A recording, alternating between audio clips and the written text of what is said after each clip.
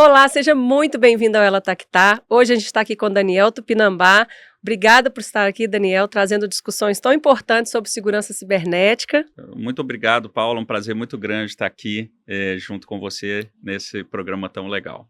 Ah, maravilha. Gente, mas antes de apresentar o Daniel, eu preciso falar com você sobre a RH Digital. O RH Digital é um aplicativo que vai revolucionar a forma que a sua empresa se conecta com o colaborador. Olha que aplicativo legal. É um aplicativo com logo e conteúdos da empresa, processos e serviços de RH em um único acesso, rede social corporativa com feed. Ele complementa ou substitui meios e aplicativos de mensagens que possui na sua empresa, melhora a percepção dos benefícios e comunicação entre RH e outras áreas, disponibiliza a carteira de benefícios do colaborador na palma da mão, podendo visualizar os benefícios adquiridos na plataforma ou nos fornecedores próprios. Isso é muito legal, gente, isso é um diferencial e tanto. Ele faz automação de chamadas e com fluxo de aprovação, ecossistema de soluções de RH, modelo de transformação digital no RH de fácil implementação e resultados consistentes. É muito simples, é só baixar no Play Store e no App Store. Você não vai deixar de ter isso na sua empresa, né? Vão modernizar. O Ela Tá Que Tá só apresenta parceiro massa, vocês viram, né? Só soluções inteligentes. Daniel, você pode até sugerir aí, ó, nas suas empresas que você presta consultoria, uma baita ferramenta, não acha? Sem dúvida. Transformação digital interessantíssima, bom saber. Isso mesmo.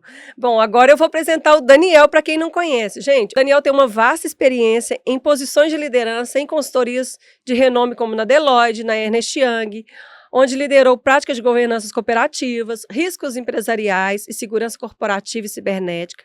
Atuou como conselheiro de empresas e órgãos de governo, incluindo o Ministério da Justiça, a Polícia Federal, a Polícia Rodoviária Federal e diversos tribunais. Não tem condição uma pessoa mais preparada do que esse Daniel para falar do assunto de segurança cibernética que a gente quer hoje. Ele é responsável também pelo credenciamento em programas de defesa junto ao Ministério da Defesa no Brasil e Suécia, além de liderar equipes nos Estados Unidos, França, Portugal, Holanda e Singapura. Esqueci de alguma coisa, Daniel? Com certeza a gente esquece, mas é uma dinâmica que está mudando o tempo inteiro mesmo. Fica tranquila, Isso Paulo. mesmo. Isso aí. Gente, mas brincadeiras à parte, eu chamei o Daniel aqui porque nós estamos num momento, né, que esse assunto vem o tempo todo à tona, né? Ataque cibernético não só em empresas, nós preocupados com as crianças dentro de casa, as escolas também têm possibilidade de ataque cibernético e não só, né? A gente tem que tomar cuidado com o conteúdo de acesso de crianças também, né, Daniel? Então, eu queria saber, antes de mais nada, como é que você descreveria o panorama atual dos desafios da segurança cibernética no mundo, né? E quais são as suas principais ameaças que enfrentamos hoje? Excelente, Paula. Bom, primeiro ponto desafiador, talvez seja uma forma de definir, a melhor forma de definir como que está esse panorama. Mas isso é muito abstrato, né? Então vamos tentar ser mais objetivos em alguns aspectos aqui. Tem números que impressionam. O cenário do crime cibernético no mundo, ele nesse ano de 2024, por exemplo, ele está sendo algo em torno da ordem, está movimentando algo em torno de 8,5 trilhões de dólares. Nossa! É um número bizarro de tão grande, é muito zero, né? Para ajudar a gente a fazer um pouquinho dessa conta, é pensar no PIB. Se fosse um país, seria o terceiro PIB do mundo. Nossa! Então a gente começa a olhar para esse inimigo que já saiu daquele jeitão que a gente enxerga muitas vezes na representação simbólica do hacker, né? Que é aquele cara com um jeitão bem sinistro, mas com um moletom, com uma forma ali de se apresentar, mas que dá um pouco daquela conotação de aventura, de um jovem universitário, ou um estudante, uma coisa assim. E a gente sabe agora que é algo muito profissionalizado. Muito mais organizado, né? Muito mais organizado. E aí tem um ponto, aproveitando que você traz esse detalhe da organização, que é muito interessante da gente pensar, que é o seguinte: eu digo que não tem justiça nesse submundo do crime cibernético, assim como não tem crime nenhum. Mas um fato é, as organizações que têm que se defender contra o crime cibernético, elas têm departamento de compliance, têm jurídico, têm suprimentos, têm regras reguladores, enfim, vamos estender, senão nós vamos gastar o podcast todo para falar só sobre isso. Para quem tem que se defender, tem muita regulação. Muita regulação. Para eles, tem nada disso. Só tem a motivação de um outro dado muito interessante que eu trago aqui. 80% dos ataques cibernéticos são de motivação financeira. Ora, então acaba de cara com o nosso romantismo possível ali. Poxa, se eu sei que é altamente financiado e tem um interesse financeiro, o grande motivador é o interesse financeiro. Só para deixar a audiência assim, um pouquinho mais esclarecida também, o que são os outros 20%? Tem uma diversidade bem grande, mas principalmente é importante a gente pensar no ativismo digital. Então, cada vez mais as mobilizações sociais saíram do modelo tradicional de sair com faixas nas ruas, lembra dos caras pintadas, aquela coisa, aquele movimento todo. Não é que não exista mais... Está acontecendo isso na política, né? Mobilização digital para a política, né? Exatamente. E para as causas. As causas, então, veja, dependendo Animais, da forma que a empresa se porta no mercado, tem desde um ativista que quer simplesmente polemizar, até aquele funcionário insatisfeito que se mobiliza, além de processos, além de outras coisas em torno disso. Esse é um outro ponto que também é bem relevante dentro desses dados estatísticos. Outro ponto que nós olhamos, bastante diverso ali dentro, tem a ver efetivamente com a forma de ataques de Estado-nação. O que é isso? Poxa, muitas vezes nós estamos conversando com conselhos de administração, com executivos de grandes organizações, e eles desacreditam que a guerra da Rússia e Ucrânia, que Irã, tem alguma coisa a ver com o seu negócio aqui no Brasil. E tem tudo a ver, mesmo que não tenha uma ligação tão direta. Nós observamos que, principalmente desde 2022, o volume de ataques cibernéticos pelo mundo todo, ele foi impressionante, o aumento. Duas grandes coisas ali são os motivadores. A pandemia digital, as empresas tiveram que mandar seus funcionários para casa, e aí houve a pandemia, né, que foi o Covid, mas aí começa-se a pandemia digital, que tem a ver com as consequências do home office. Entendi. Nem todas as empresas se prepararam tão bem, não tiveram até mesmo tempo hábil, né, para se preparar, colocar suas VPNs, esses nomes completos, né? Eu costumo dizer que em cyber nós tomamos muito daquela sopa de letrinhas na infância. Então a gente adora falar de DDoS, VPN e tantas outras que a gente vai colocando na vida do ser humano comum. Mas é tudo para proteger o pessoal, tá? Só para o pessoal de casa entender essa nomenclatura, né, que ele está dizendo é que dentro de uma empresa é possível proteger o seu ambiente digital, né? A VPN é um tipo de proteção. Quando você vai para casa, às vezes com o seu próprio computador, ou até com o computador da empresa, mas sai daquele ambiente, nem sempre deu tempo de preparar. Então, tiveram muitas portas abertas por funcionários, né? Para entradas de ataque cibernético, nas empresas principalmente, né? Perfeito. Essa é uma realidade que continua batendo. Ela já existia muito intensamente, mas é o grande ponto que, como consultores, nós éramos questionados será que a minha empresa está no momento? Será que é possível? O investimento não é muito alto? Eu vou ter retorno sobre o investimento disso? Uma conta complexa. De repente, veio a pandemia do Covid e pediu licença e falou assim, olha, você não tem mais tempo de pensar não, você tem que ir para casa, ponto. E só vai. Deram o play nessa brincadeira e eis que agora a gente está vendo as repercussões, as consequências. Não estou aqui defendendo que as empresas têm que abolir home office de maneira nenhuma, tá, Paula? Mas ajudaria bem a sua área, né? É que muda o paradigma, muda a forma de proteção. É a mesma coisa que eu digo aí, complementando ainda, falando sobre esse cenário, né? Movimento para a nuvem, né? A gente ouve muito dizer, poxa, estou na nuvem, minha empresa foi para a nuvem. Que coisa é essa dessa nuvem? Saiu de um conceito bem habitual também, de ter servidores hospedados dentro de uma sala muito bem protegida, que o pessoal da TI, né? Aquele pessoal que veio resolver todos os problemas que a humanidade não tinha, né? A TI serve É. para isso. E a gente começa a observar que começou aparentemente a ser financeiramente mais adequado mover isso para grandes hospedagens de empresas especialistas. Então, se a gente puder simplificar muito esse movimento para a nuvem, tende a ver com isso. Fato é que não é que a nuvem é mais ou menos segura. Sim. É uma segurança diferente. Eu costumo dizer que seria algo como você mudar de bairro. Morava num bairro que tem determinadas características e foi para um outro que tem outras características. Só essas características por si só não dão conta se é mais ou menos. Você tem que olhar a vizinhança, tem que olhar a proteção policial, tem que olhar que tipo de artefato que você pode ter para se proteger. Vou ter câmera, vou ter cerca elétrica, vou ter o quê? A mesma coisa, né, por analogia, a gente pode fazer para esse mundo digital. Então, enquanto estava no meu servidor, tinha sala-cofre.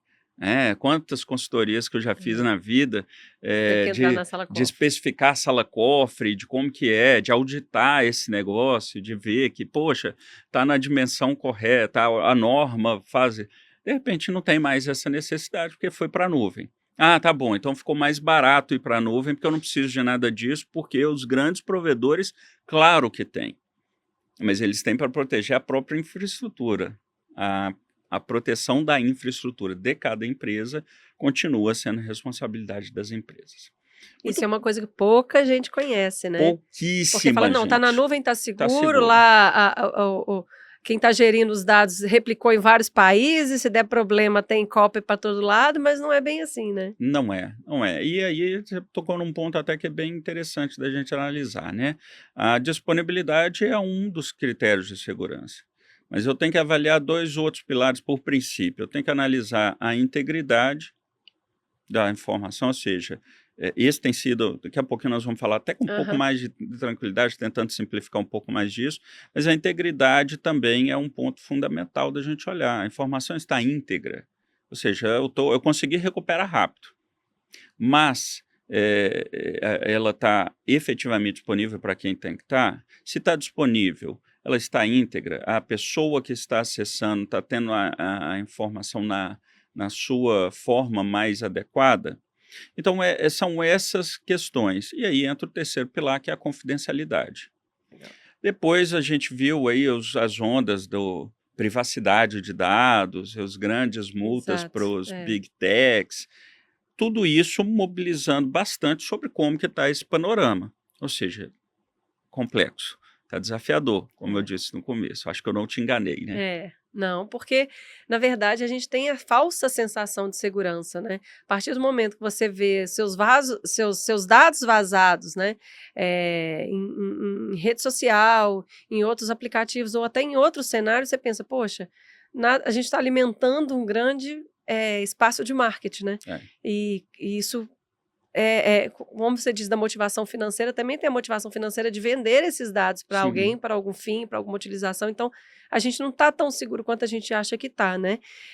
Daniel, eu queria também que você falasse um pouquinho quais são essas implicações dessas ameaças para as empresas, né? A gente começou a falar de empresa aqui.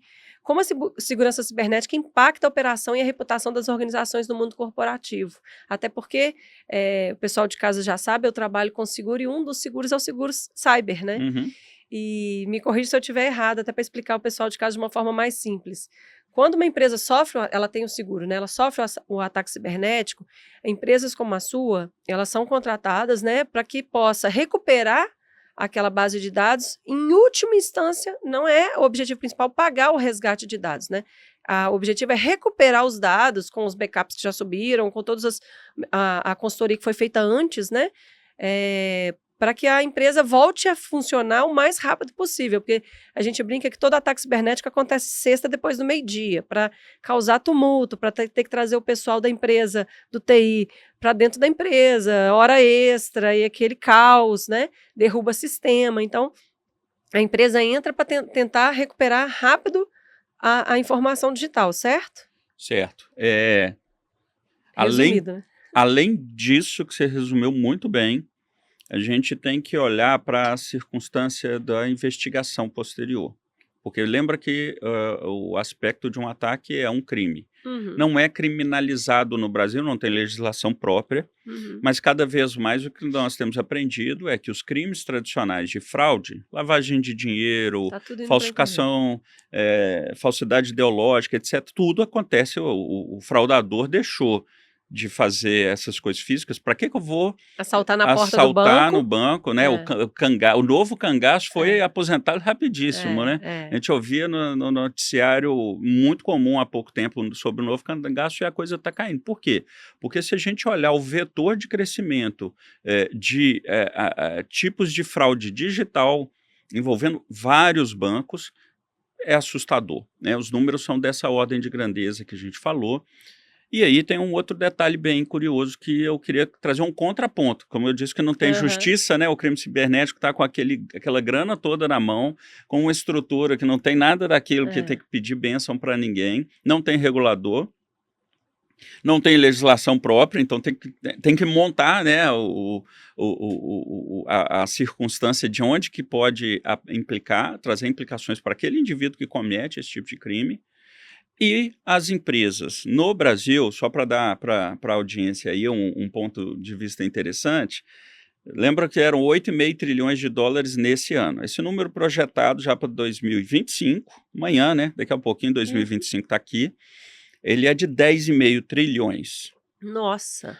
O Brasil inteiro, segundo o Gartner, que é um dos institutos de pesquisa mais reconhecidos no mundo de tecnologia e, consequentemente, em segurança cibernética, segue esse caminho, projeta que o mercado brasileiro inteiro está gastando em cyber 1,5 bi de dólares. Nossa. As duas moedas são dólares, só para reforçar para quem está nos ouvindo. Então, 10,5 trilhões, ou para fazer justo, o ano, né? Falar sempre de 2024. 8,5 trilhões versus 1,5 bilhões. Nossa senhora, que defasagem. Então, assim, tem uma diferença absurda do patamar e de investimento versus o tamanho do crime cibernético. Tudo bem que esse número de 8,5 é mundo, a gente não tem uma projeção desse número, até porque o Ministério da Justiça começou a trabalhar nessa concatenação, nessa estrutura de uma maneira mais viabilizada muito recentemente. Em contrapartida, temos um estudo que dá conta de quanto o Brasil está gastando. Desse valor, 1,5 bilhões, 70% está nos grandes bancos. Nossa. Mais 10% nos outros bancos. O resto? O resto está todas as outras empresas. Então, quando você me fala de percepção de insegurança, quando nós estamos falando de eu faço uma contratação de serviço para meu benefício, praticidade, mas com a empresa que eu acredito de boa fé que está tomando conta, saiba que essa empresa está gastando no máximo ali 20% desse dinheirão, supondo que ela seja um dos maiores investidores. É fácil de fazer essa conta e chegar na linha. Além disso, é importante a gente pensar que as empresas ainda têm uma descrença muito grande. Eu tenho agendas muito regulares com os principais tomadores de decisão, C-level, conselheiros, e normalmente eles olham para mim com aquela cara assim, isso é coisa de CSI, você está assistindo muito Netflix. É isso que eu ia te falar. Eu acho que a segurança cibernética, eu sei porque eu enfrento isso também na questão do seguro, eu acho que a questão da segurança cibernética, para a empresa, é um universo tão paralelo, tão desconhecido, a desinformação é tão grande que ele trata como se fosse também o marketing digital.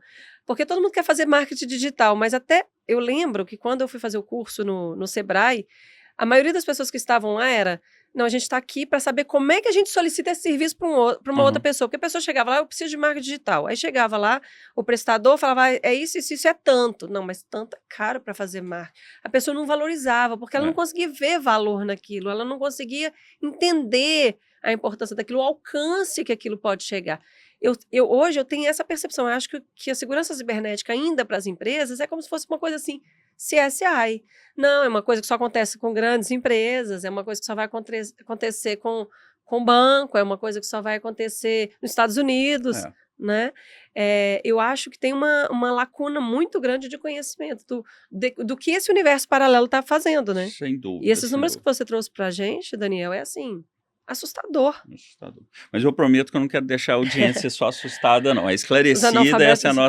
essa é a nossa ideia de trazer esclarecimento, exatamente porque algo que eu tomo consciência desses fatos, são fatos da vida, Uhum. gente.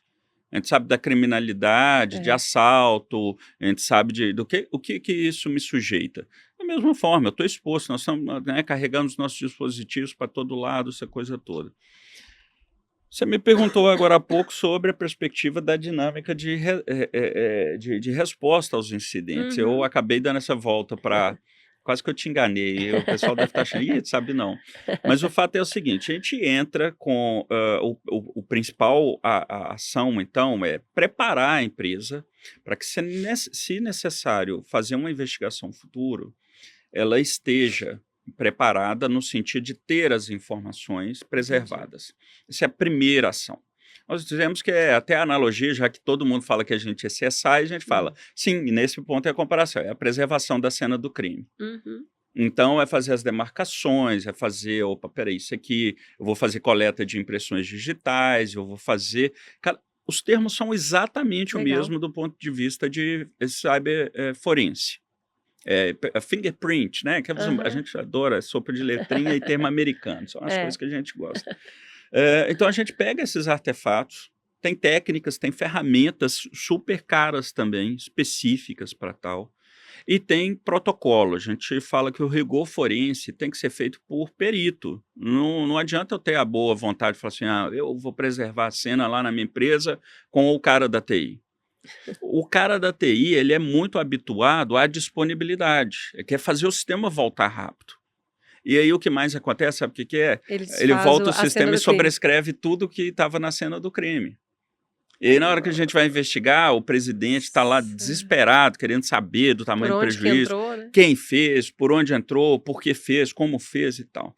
Então de um lado a gente tem esses fatos, do outro a gente tem esses mitos. Poxa, não dá mais, se apagou a trilha que eu poderia seguir para investigar. Entendi. Esse é um ponto.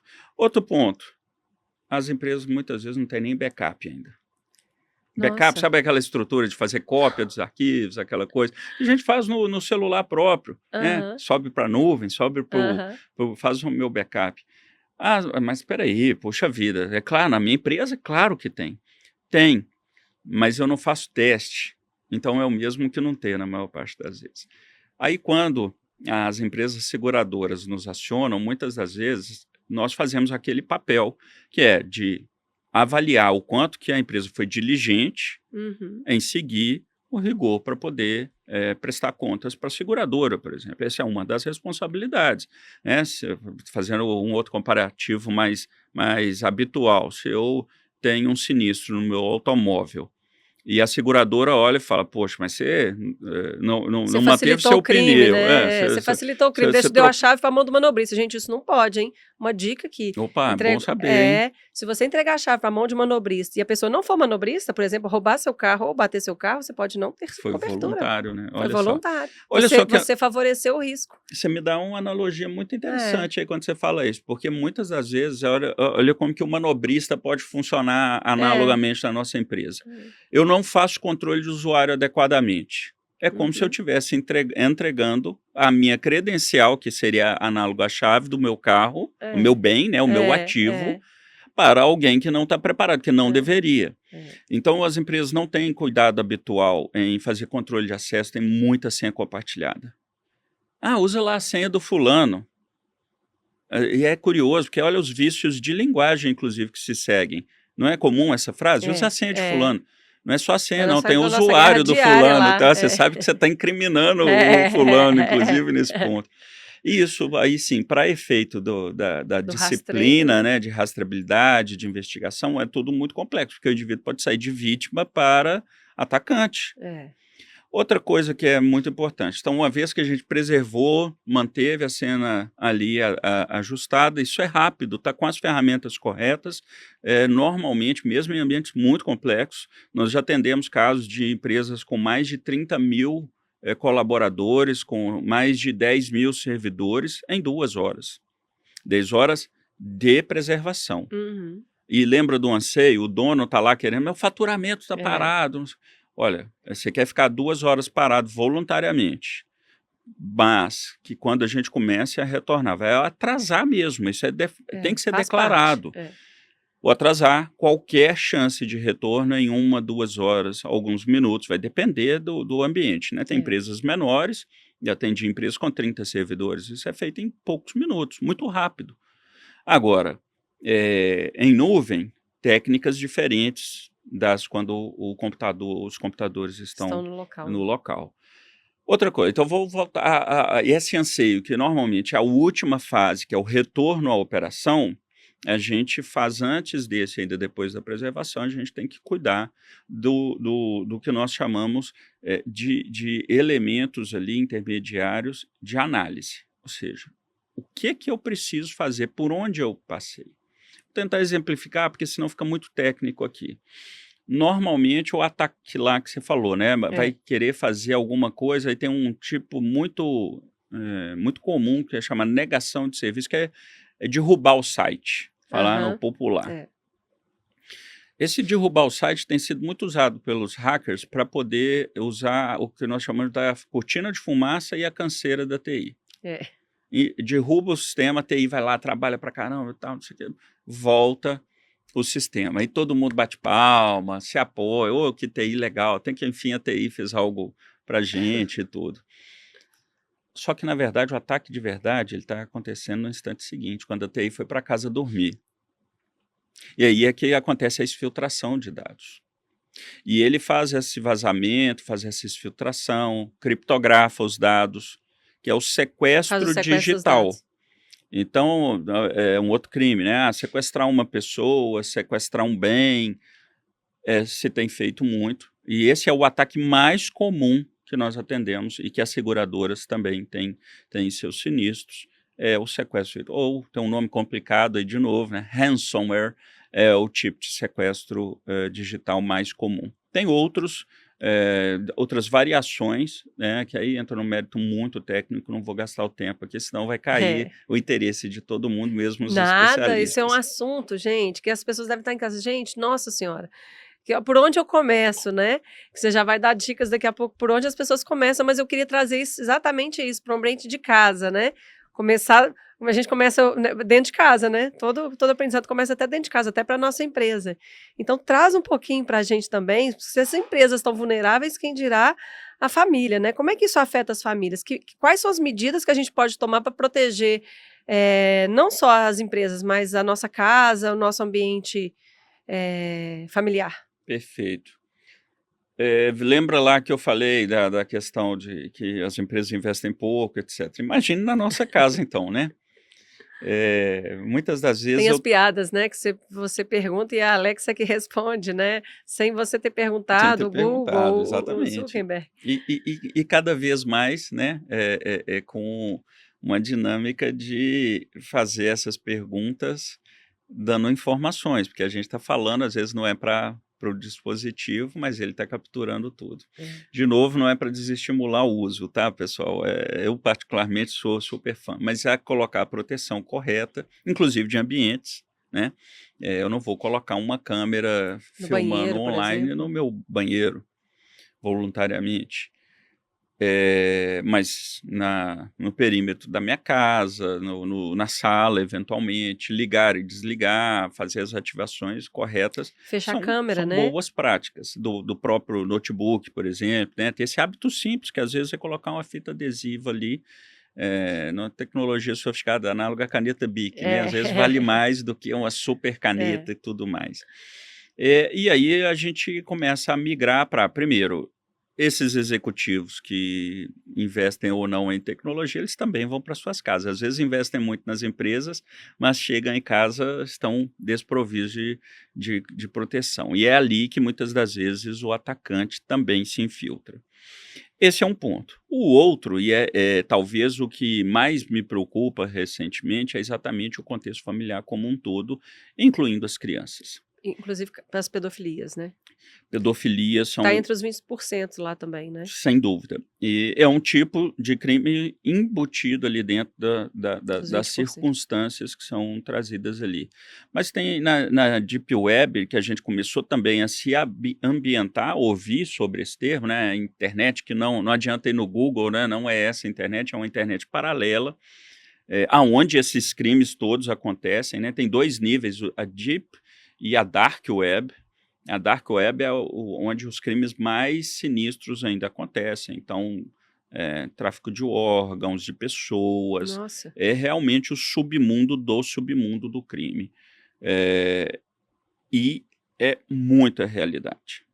Isso, às vezes, assustador, do tipo de novo, né? Pessoas que estão em ambiente corporativo, acessando essas redes, e você ali, às vezes, pega uma câmera ambiental, vê a pessoa trabalhando muito normalmente, e quando você abre o computador, o que ela estava fazendo, você fica chocada. Você fala, não é possível, aquela pessoa com aquela expressão, tá parecendo que está trabalhando, fazendo uma planilha, mas no final das contas está fazendo uma coisa muito pesada. Nossa. É muito comum da gente pegar esse tipo de situação.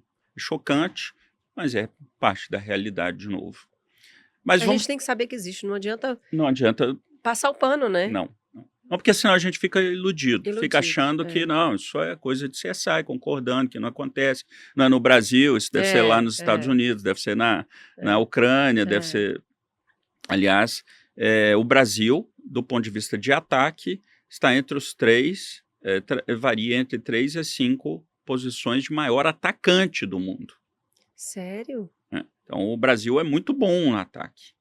Ele não é tão bom na defesa. Então, desse percentual de grana ali que está projetada para o crime, muito o Brasil tá. E as nossas empresas concorrem contra isso, porque eu estou tentando recrutar um profissional muito bom. Ele olha e fala, minha faixa salarial, e vê um job na internet ali para ganhar 10, 15 vezes mais. Para o outro lado. Para jogar para o outro lado. Aí começa a questão da importância da gente conscientizar os filhos. Formar valores, como em tudo na vida. A formação de valores sobre a circunstância da proteção digital. Então, eu visto muitas polêmicas de você não pode dar o celular para a criança. Claro, inclusive pelo viés psicológico, sabemos as implicações, tempo excessivo de tela é sim prejudicial, não há o que se dizer em relação a isso, a própria qualidade da tela interfere, enfim, tem eletromagnetismo, tem muitas circunstâncias que interferem. Mas a nulidade, o isolamento, a negação, as profissões dos nossos filhos não existem ainda. Nós temos que olhar para isso de frente. Então, às vezes, até ver o modelo de educação que nós estamos pressionando as crianças, que nos educaram, né, a forma de fazer o dever de casa. E, às vezes, aí entra na própria preocupação que me bate os educadores estão se dando chance, se os maiores executivos do Brasil e do mundo estão nessa negação de a minha empresa não acontece se é só nos Estados Unidos ou na França. As professoras que cuidam de uma parte significativa da educação conosco, né? É sempre com os pais. E a participação assídua dos pais nesse assunto não pode ter delegação. Como que eu posso fazer para monitorar? Então, sim, existem ferramentas especialistas. Legal. Existem ferramentas de monitoria. Existem dispositivos muito curiosos que eu começo a ver, por exemplo, já saindo para os adolescentes, entrando na fase adulta, entendendo que 18 a 21 anos ainda categoriza, pelo menos na fase de adolescência. Dizem que já está chegando em 25 agora, né? Mas alguns até 55, né? Eu, por exemplo, na verdade, eu estou na fase de infância ainda. A minha infância foi tão boa que eu nunca saí dela. Estou aqui até hoje. Trocadilhos à parte, sabe, Paulo, eu acho que a gente precisa de olhar para essa situação factual mesmo, olhar para isso como um elemento que está no nosso dia a dia e perceber, peraí, tem letramento digital que os nossos filhos sabem melhor que a gente, porque o modelo mental deles já vem pré-configurado. A forma de manipular um dispositivo deles é mais natural do que manipular um papel. Um tablet na mão de uma criança de 8, 10 anos já vem mais comum do que um livro. Mas não estimular a leitura, não estimular manipular um livro, eu ainda sou da velha guarda, que acho fundamental e tento trazer esse lado, talvez, ali um pouco mais. Eu ia falar dos adolescentes, desviei aqui um pouquinho, queria só fechar. A gente já vê alguns fabricantes de automóvel, por exemplo, configurando para a abertura dos carros acontecer via celular, via app no celular, e você conseguir configurar até mesmo a velocidade por esse controle. Daniel, mas você está falando dos carros premiums caríssimos. Bom, primeiro carro no Brasil, todos eles são caríssimos. Isto posto, existem empresas especialistas que mesmo nos carros mais habituais, ou de entrada, preços acessíveis, né? Não dá para falar popular também, já que são caríssimos, mas é possível você fazer a instalação de dispositivos como esse. Então, você controla perímetro, local, velocidade, você olha e vê que velocidade a pessoa colocou. Não é dica para cônjuges isso, tá? Nada a ver, é uma coisa completamente diferente. Serviço de detetive. Não, aí já é outra história.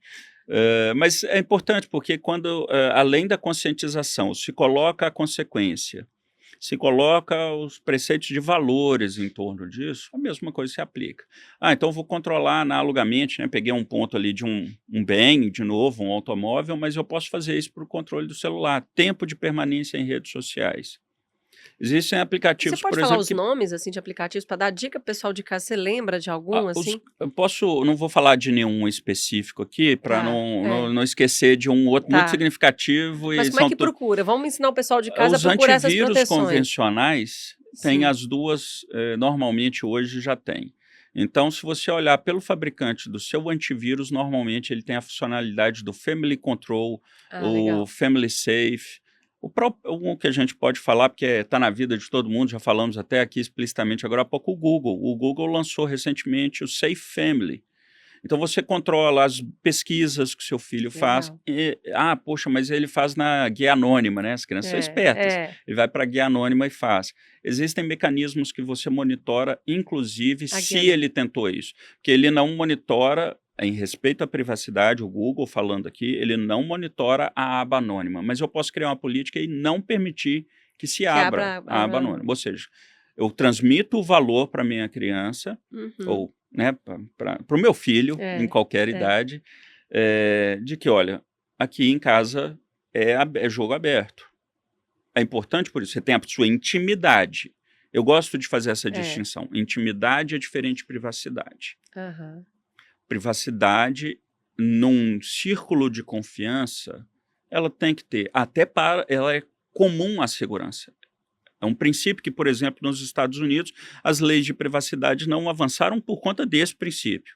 Uma vez que eu tenho confiança social de que o Estado está zelando por mim, eu não quero falar, você não pode me espionar. Aí deu aqueles escândalos todos do Snowden, então não vamos desvirtuar para isso não, porque aí tem viés político, uma série de outras coisas. Mas o que é imperativo na maior parte dos estados, lá na legislação norte-americana, é isso. A privacidade tende a ser aberta em prol da segurança. Isso. Mas ela não é aberta a todos os cidadãos. Ela é aberta para os órgãos de Estado que detêm o poder de proteger o indivíduo. Isso posto, trazendo aqui para a nossa sociedade, eu não tenho normalmente confiança nas instituições que deveriam nos proteger por N razões. Mas, na nossa casa, se não tiver, né, entre pais e filhos, entre irmãos e irmãs e etc., próximos, se não houver essa confiança para abrir um pouco mais da privacidade. A intimidade não. A intimidade é do indivíduo, inquestionavelmente, acho que isso tudo posto. Muito bem, o aparelho, então, pode ser controlado por essas ferramentas, por esse conjunto de ferramentas. O que vai entrar, o que vai utilizar. O que usou, como usou, tempo, se burlou algum controle.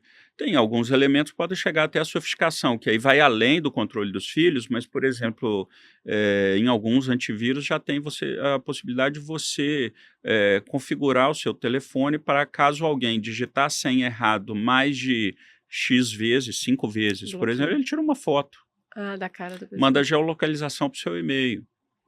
Então, isso acontecendo, poxa, tem alguém tentando pegar lá, desde a empresa, ou num bar, ou num lugar que eu frequente, seja a igreja, alguém tentou naquele instante ali pegar, peraí, um ponto de atenção social, para eu me cuidar um pouco melhor, que é um ambiente em que nós baixamos a guarda, normalmente é onde o malfeitor, né, ele vai gostar mais, ele vai entender essa dinâmica e vai explorar exatamente essa brecha, ele não vai pegar isso. Tirando a questão de clonagem, mas uma curiosidade que eu tenho, uma dúvida mesmo.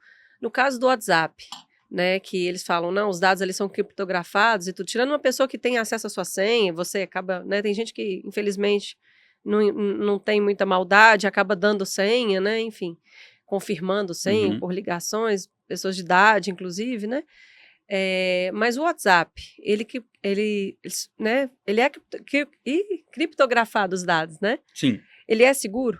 É seguro.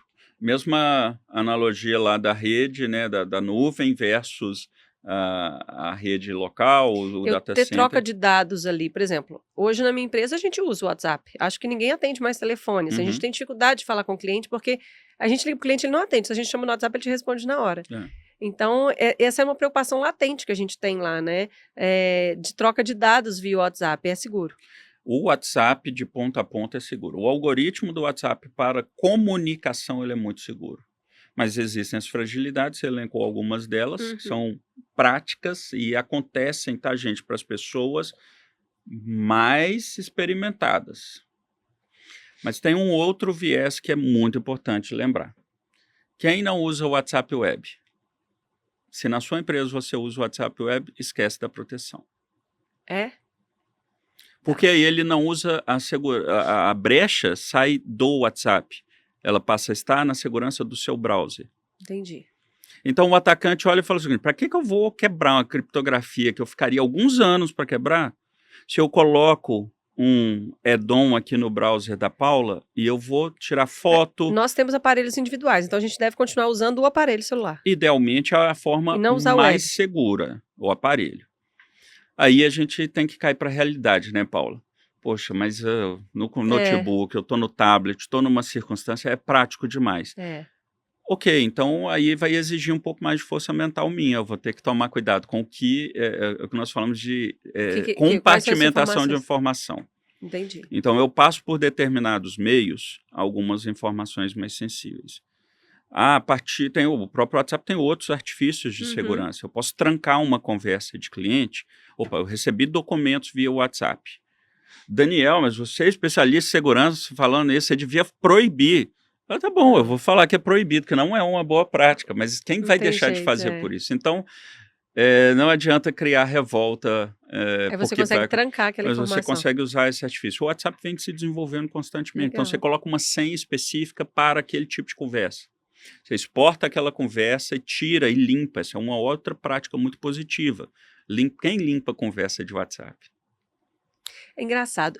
A gente limpa, mas em alguns casos, a gente não limpa por ter o registro da informação. Quando contestado... Aí tem um outro recurso, o exportar a conversa. Exatamente. Isso aí.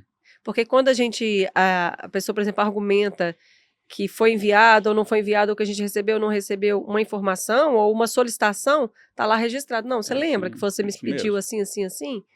Então a gente faz a exportação de conversa. É isso mesmo. E aí isso você pode colocar num ambiente de rede, numa nuvem protegida, você pode subir aqui para onde você... São soluções simples, pessoal. Existe essa dinâmica viável, dá trabalho, muito mais prático seria estar lá na conversa, o mecanismo de busca do WhatsApp é fácil, eu olho e falo, tá bom, mas saiba que o que é fácil para você, também o será para o atacante. E aí, no momento, eu falei aqui da... Aliás, eles estão sempre 3 passos na frente, né? Muitos, acho que até mais. Né? Eu falei só aqui para dar um outro exemplo, para fechar esse tópico, mas assim, fechando essa questão do WhatsApp, além do browser, tem a insegurança do backup do meu WhatsApp. Quando nós estamos fazendo a investigação, a forma mais prática de se resgatar um WhatsApp é exatamente no backup. Porque esse, sim, apesar de ter criptografia, é uma criptografia muito menos severa do que a do dispositivo. Então você Então, de consegue novo, fazer a reforça, recuperação. conseguimos com bastante tranquilidade, porque aí é bem mais simples do que quebrar a criptografia do WhatsApp. Então, em comunicação, o dado móvel do WhatsApp, eu não tenho notícias, não estou dizendo que é impossível, mas Tá. eu não tenho notícias, e a gente estuda bastante isso, só para dizer, mas assim, de uma interceptação, como havia grampo telefônico, lembra? Aham, Mais uma aham. maneira, melhor não usar telefone mesmo. E a tal ponto que as próprias pessoas, mesmo quando atendem telefone, veja que fenômeno, né? Preferem usar o WhatsApp para a ligação via WhatsApp do que do próprio plano de Exatamente. telefonia. É. Isso muito aqui no Brasil. A gente sai para outras sociedades, não necessariamente funciona dessa maneira. Mas então são esses pontos de vulnerabilidade. E os atacantes, como você bem disse, eles vão se desenvolvendo e descobrindo vulnerabilidades novas que não necessariamente são do fabricante, mas são do usuário. O fabricante não é infalível, deve-se dizer, Mas tanto ele que tem mais a Meta atenção do que tem o tido usuário, né? penalidades altíssimas da Altíssimas, né? comunidade europeia em função de violações de privacidade de dados, mas veja que nenhuma delas foi imputada ao contexto do WhatsApp no que diz respeito a vazamento de dados, mas processamento de dados, muitas multas. Qual que é a diferença? O processamento é aquilo que você falou lá no começo, ele está mais para esse lado de eu pego as suas informações, processo para qualificar uma informação que eu vou vender para uma empresa que quer Entendi. Tá.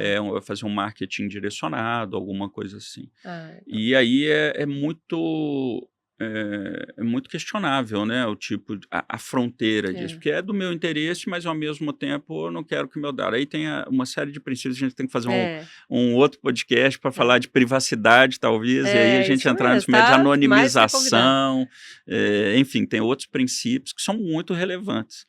Também que a gente aprenda, se eduque para poder fazer as melhores escolhas. Eu vou ou não usar. Maravilha. Daniel, acabou até que você já respondeu aqui a minha pergunta também, que seria em relacionada às escolas, né, ao letramento para educadores. Você quer complementar alguma coisa dessa informação? Queria, assim, rapidamente, a Claro. gente cuidar do papel dos educadores, dos professores, das pessoas que estão à frente dessa missão, que eu particularmente penso que é a mais nobre da sociedade em Uhum. qualquer lugar, que é de transmissão de conhecimento. E é muito triste para mim, como profissional especialista em questões digitais, de várias naturezas, inclusive cyber, ouvir de muitas educadoras fantásticas uma antipatia muito grande de detesto tecnologia, eu não entendo nada desse bicho, na minha sala o celular é proibido. Ok, como disciplina, não tenho nada a questionar se é certo, se é errado ou não, mas o fato de desconhecer, a ignorância, ela é problemática para o educador. Então, essa repulsa me preocupa muito. Eu acho que é muito importante esse letramento específico, porque assim como existe didática, assim como existe técnica, estamos falando um monte de PNL, de um Aham. monte de coisa super sofisticada que os educadores acabam usando para explorar uma melhor educação, uma melhor transmissão de conhecimento. Mas Eles no não podem campo ter de resistência, né? tecnologia, eles terem essa resistência me preocupa muito. E não saberem usar, porque é pelo exemplo, né, que se educa melhor. Então, tanto pais quanto educadores que são, né, muito próximos ali, dando anti-exemplos, são muito preocupantes. E é por isso que a gente fala de letramento, é se educar, não estou falando para fazer uma universidade, um curso de Mas é se graduação, educar, porque o que você falou, a gente até já tinha conversado disso previamente, né, Daniel?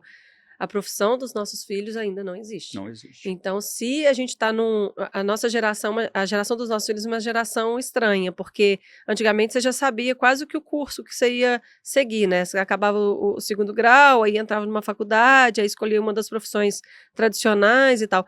Hoje não, a gente está na caminhada para algo desconhecido ainda. Então, é muito mais importante focar a tecnologia, sem dúvida, porque, né, ela veio nunca, né, veio para Uhum. ficar, ela com certeza está no ambiente tecnológico, mas é muito importante que os professores, educadores também tenham consciência de trabalhar as habilidades Exatamente. para aquilo que eles vão enfrentar na frente. Não é uma matéria em si, mas é as habilidades de lidarem com o novo, com o que vem por aí. Então, a tecnologia é a base, né, do que vem por aí. É claro que as outras profissões tradicionais não vão deixar de existir, né? Mas elas até a parte, por exemplo, medicina, que não vai deixar de existir, ela hoje conta muito com a tecnologia, né? Veio aqui o Dr. Stanley, falou que ele usa robôs de cirurgia, hoje é possível você operar sem estar perto do paciente, né? Então, eu acho que isso é muito importante, o que você falou, essa negação, ela tem que cair, né? Porque o letramento é É fundamental. fundamental. Maravilha, Daniel. Muito obrigada, eu adorei ter você aqui. Eu acho que passou rápido, né? A gente Muito tinha rápido. muito Muito assunto para gostoso o falar. papo. Obrigado mesmo pela gentileza do Imagina. convite. Adorei também. Eu também fiquei assim cheia, acho que a gente vai ter que voltar, porque eu acho que tem muita dúvida ainda. Pessoal de casa, se você está assistindo, manda as dúvidas aqui embaixo, o Daniel vai responder, né, as dúvidas aí nos comentários.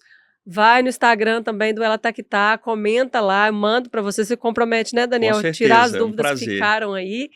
E eu queria, de fato, agradecer. Eu acho que, assim como você disse que é importante a gente educar os filhos, né? A gente também tem que se educar. Sempre. Eu, como empresária, é claro que a gente tem várias lacunas nisso aí, mas através do seguro cibernético eu fiquei com essa vontade, essa necessidade de falar, vamos falar sobre isso, porque de fato ele está bem, parece que está muito longe, mas está muito mais próximo do que a gente imagina, né? Muito mais. Maravilha, obrigada, Daniel. Obrigado, Paula. Fique bem. Obrigada, pessoal de casa. Não deixa de curtir e compartilhar esse conteúdo tão importante.